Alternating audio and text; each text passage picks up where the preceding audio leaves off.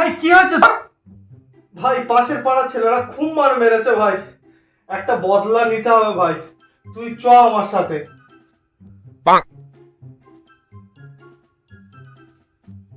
ভাই আমি তো আজ যেতে পারবো না, আমার খুব গা গুলাচ্ছে ভাই। কেন তোর আবার গা গুলাচ্ছে কেন? আমি তো প্রেগনেন্ট।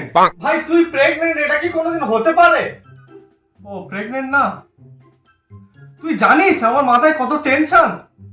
পরশুদিন আমার বোনের বিয়ে, বোনের বিয়েতে কি উপহার দেবো তার জন্য 10টা টাকাও পকেটে নেই, সারা রাত ঘুমোতে পারি না।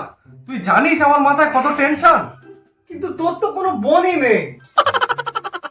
কি বলিস, আমার বোনও নেই? এটা তো আমি জানতাম না। তাহলে কি বলি বলতো তোকে? ও পরশুদিন আমার বাবার বিয়ে ভাই, আমি কোনো মতে আজ বার হতে পারবো না। তোর বাবার বিয়ে, তুই যা ভালো লাগছে তাই বলছিস। আরে আমার বাবা বিয়ে করছে, তার কোনো প্রবলেম হচ্ছে না তো তোর প্রবলেম কি হচ্ছে? নিজের লড়াই নিজেই লড়তে শেখো বলে গিয়েছে এপিজে আব্দুল কালাম। এটা আবার কবে বললো? হ্যাঁ ওটা খুব আস্তে বলেছিল, আমি জানলার কাছে ছিলাম তো তাই শুনতে পেয়েছি।